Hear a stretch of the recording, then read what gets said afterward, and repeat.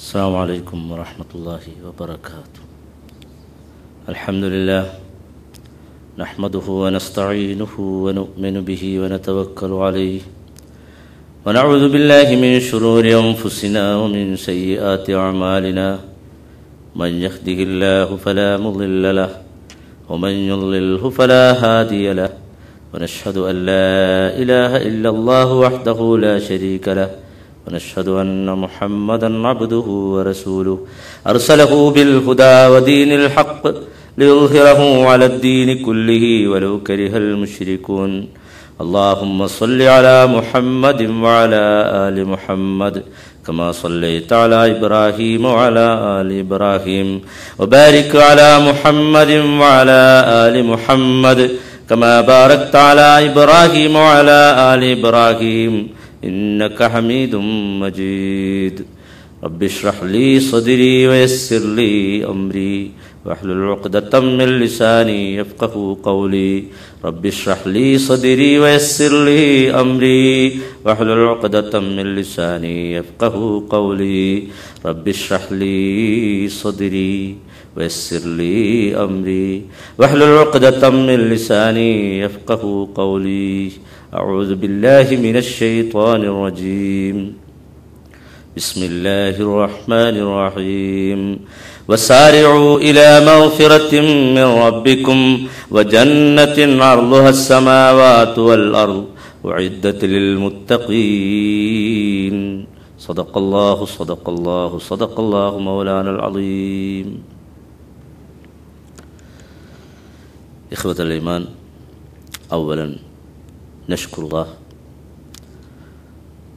ونشكر مسؤولي مركز ضيوف قطر على بذل الجهد لإتمام الإمكانيات في هذه الحفلة. تقبل الله منهم وجزاهم خير الجزاء. ബഹുമാന്യരായ സഹോദരന്മാർ, അള്ളാഹുവിൻ്റെ അപാരമായ അനുഗ്രഹം കൊണ്ട് ഈ പരിശുദ്ധ റമദാനിൽ കഴിഞ്ഞ വർഷത്തെ പോലെ നമുക്ക് ഒരുമിച്ച് കൂടാൻ സാധിച്ചു. അവനാണ് ഹിദായത്ത് നൽകുന്നത്. അള്ളാഹുവിൻ്റെ മാർഗത്തിൽ നമ്മൾ പ്രവർത്തിക്കുമ്പോൾ വല്ലദീന ജാഹദു ഫീനാ ലനഹ്ദിയന്നഹും സുബുലന, അവൻ്റെ മാർഗത്തിൽ പ്രവർത്തിക്കുന്ന ആളുകൾക്ക് മാർഗം അവൻ കാണിച്ചു കൊടുക്കും.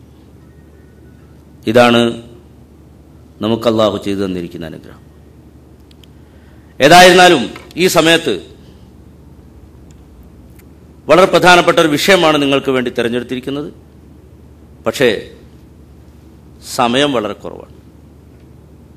നിങ്ങൾക്കൊക്കെ ജോലി ഉണ്ടാവും, ബുദ്ധിമുട്ടുണ്ടാവും. അത് പരിഗണിച്ച് ഞാൻ എൻ്റെ വിഷയം വളരെ ചുരുക്കി ആ ഫിഗർ മാത്രം പറഞ്ഞ് ഞാൻ അവസാനിപ്പിക്കും. ശ്രദ്ധയോടുകൂടെ കേൾക്കുക, മനസ്സിലാക്കുക, അതോടൊപ്പം ജീവിതത്തിൽ പകർത്തുക. ഇല്ലെങ്കിൽ നമുക്ക് ഈ സമയം ചെലവഴിക്കുന്നതുകൊണ്ട് യാതൊരു ഫലവുമില്ല. ഞാൻ ബുദ്ധിമുട്ടി ഇവിടെ വന്നതും അതിലേറെ ബുദ്ധിമുട്ടി നിങ്ങളിവിടെ സംഘടിച്ചതൊക്കെ നിഷ്ഫലമായി പോകും. അതുകൊണ്ട് ജീവിതത്തിൽ പകർത്താൻ അള്ളാഹു നമുക്ക് തൗഫീഖ് നൽകട്ടെ എന്ന് ആദ്യമായി ഞാൻ പ്രാർത്ഥിക്കാം. സഹോദരന്മാരെ, വിശുദ്ധ റമദാൻ അത് ഖുർആനിന്റെ വാർഷികമാണ്. ലൈലത്തുൽ ഖദറിന്റെ രാത്രിയിലാണല്ലോ ഖുർആൻ ഇറങ്ങിയത്. മഹാനായ നബി സല്ലല്ലാഹു അലൈഹി വസല്ലം തങ്ങൾ നൂർ പർവ്വതത്തിന്റെ മുകളിൽ ഹിറാ ഗുഹയിൽ ധ്യാനിച്ചിരിക്കുമ്പോൾ ഒരു രൂപം മുമ്പിൽ പ്രത്യക്ഷപ്പെടുകയും ഇഖ്റ എന്ന് പറയുകയും ചെയ്തു. മാ അന ബിഖാരിൻ, എനിക്ക് ഓതാൻ അറിയില്ല എന്ന് പറഞ്ഞപ്പോൾ പിടിച്ചു ഞെക്കി. വീണ്ടും പറഞ്ഞു ഇഖ്റ. ഇങ്ങനെ 2-3 പ്രാവശ്യം ആവർത്തിച്ചു. നിങ്ങൾക്കറിയാം ചരിത്രം. പിന്നീട് ആ രൂപം നബി സല്ലല്ലാഹു അലൈഹി വസല്ലം തങ്ങൾക്ക് ഓതിക്കൊടുത്തു. ഇഖ്റ ബിസ്മി റബ്ബിക്കല്ലദീ ഖലഖ് ഖലഖൽ ഇൻസാന മിൻ അലഖ് ഇഖ്റ വറബ്ബുക്കൽ അക്രമുല്ലദീ അല്ലമ ബിൽ ഖലം അല്ലമൽ ഇൻസാന മാ ലം യഅലം. സൃഷ്ടിച്ച നാഥന്റെ നാമം കൊണ്ട് വായിക്കുക. മനുഷ്യനെ രക്തക്കട്ടയിൽ നിന്ന് സൃഷ്ടിച്ച അല്ലാഹു. ഇഖ്റ വറബ്ബുക്കൽ അക്രമുല്ലദീ അല്ലമ ബിൽ ഖലം, വായിക്കുക, അങ്ങയുടെ നാഥൻ ഏറ്റവും ബഹുമാന്യനാണ്. പേന കൊണ്ടെഴുതാൻ പഠിപ്പിച്ച നാഥൻ. അല്ലമൽ ഇൻസാന മാ ലം യഅലം, മനുഷ്യന് അറിയാത്തത് പഠിപ്പിച്ച അല്ലാഹു. ഈ ആയത്ത് അവതരിക്കുന്നു. നബി സല്ലല്ലാഹു അലൈഹി വസല്ലം തങ്ങൾ അവിടുന്ന് പേടിച്ചോടുന്നു. ജമ്മിലൂനി എന്ന് പറഞ്ഞു വരുന്നു. ഖദീജ റളിയല്ലാഹു അൻഹ പുതപ്പിട്ട് മൂടിക്കൊടുക്കുന്നു, സമാധാനിപ്പിക്കുന്നു. സമാധാനമായ ശേഷം ഖദീജ റളിയല്ലാഹു അൻഹ ചോദിക്കുന്നു, എന്ത് പറ്റി, പറഞ്ഞു തരൂ. അവിടുന്ന് പറഞ്ഞു കൊടുത്തു സംഭവങ്ങളൊക്കെ. ഖദീജ റളിയല്ലാഹു അൻഹ പറഞ്ഞു, ഒരിക്കലും വിഷമിക്കണ്ട, കാരണം അല്ലാഹു നിങ്ങളെ ഉപേക്ഷിക്കയില്ല. ഇന്നക ലതസ്ലുർ റഹം വതഹ്മിലുൽ കൽ വതുഈനു അലാ നവാഇബിൽ ഹഖ്. അങ്ങ് കുടുംബം ചേർക്കുന്നവരാണ്, പ്രതിസന്ധി ഘട്ടത്തിൽ രംഗത്തിറങ്ങുന്നവരാണ്, ജനങ്ങൾക്ക് വേണ്ടി അവരുടെ വിഷയങ്ങളിൽ മുന്നോട്ടിറങ്ങുന്നവരാണ്. അതുകൊണ്ട് അല്ലാഹു നിങ്ങളെ കൈവെടിയുകയില്ല എന്ന് പറഞ്ഞ് സമാധാനിപ്പിച്ചു. ഈ സംഭവം യഥാർത്ഥത്തിൽ ലോകത്തെ വിവിധ സംഭവങ്ങളിൽ വെച്ച് ഏറ്റവും പ്രധാനപ്പെട്ടതായിരുന്നു. കാരണം സമൂഹത്തെ മുഴുവനും ഉദ്ധരിക്കാൻ പോവാണ്. ആ ഉദ്ധരിക്കണമെങ്കിൽ, ഒരു സമൂഹത്തെ ഉദ്ധരിക്കപ്പെടണമെങ്കിൽ അവർക്ക് ആദ്യം ലഭിക്കേണ്ടത് അറിവാണ്. അവരെക്കുറിച്ച് അറിവ് വേണം, അവർ പോകേണ്ട വഴിയെക്കുറിച്ച് അറിവ് വേണം, അവരെന്തൊക്കെ ചെയ്യണമെന്നറിയണം, എല്ലാം അറിയണം. ആ അറിവിന്റെ താക്കോലായ എഴുത്തും വായനയുമാണ് ഈ ആയത്തിൽ അല്ലാഹു അവതരിപ്പിച്ചത്. അങ്ങനെ ഒരു വലിയ വിപ്ലവം ഇവിടെ സാധിച്ചെടുക്കാൻ പോവുകയാണ്. ലോകത്തെ ഏറ്റവും വലിയ സംഭവം എന്നതിനെ കുറിച്ച് നമുക്ക് വിശേഷിപ്പിക്കാം. ആ സംഭവം നടന്നത് ലൈലത്തുൽ ഖദറിന്റെ രാത്രിയിലാണെങ്കിൽ, ആ ലൈലത്തുൽ ഖദർ ഓരോ വർഷവും വരുമ്പോൾ അതിനോടനുബന്ധിച്ച് ആ മാസത്തെ മുഴുവനും അല്ലാഹു തആല ബഹുമാനിക്കുകയാണ്. പ്രധാന സംഗതി ആവുമ്പോൾ അങ്ങനെയുള്ളൂ. ഒരു വലിയ സംഘടനയുടെ വാർഷികം നടക്കുമ്പോൾ കേവലം ഒരു ദിവസത്തെ പരിപാടിയായിട്ട് അവസാനിപ്പിക്കില്ലല്ലോ.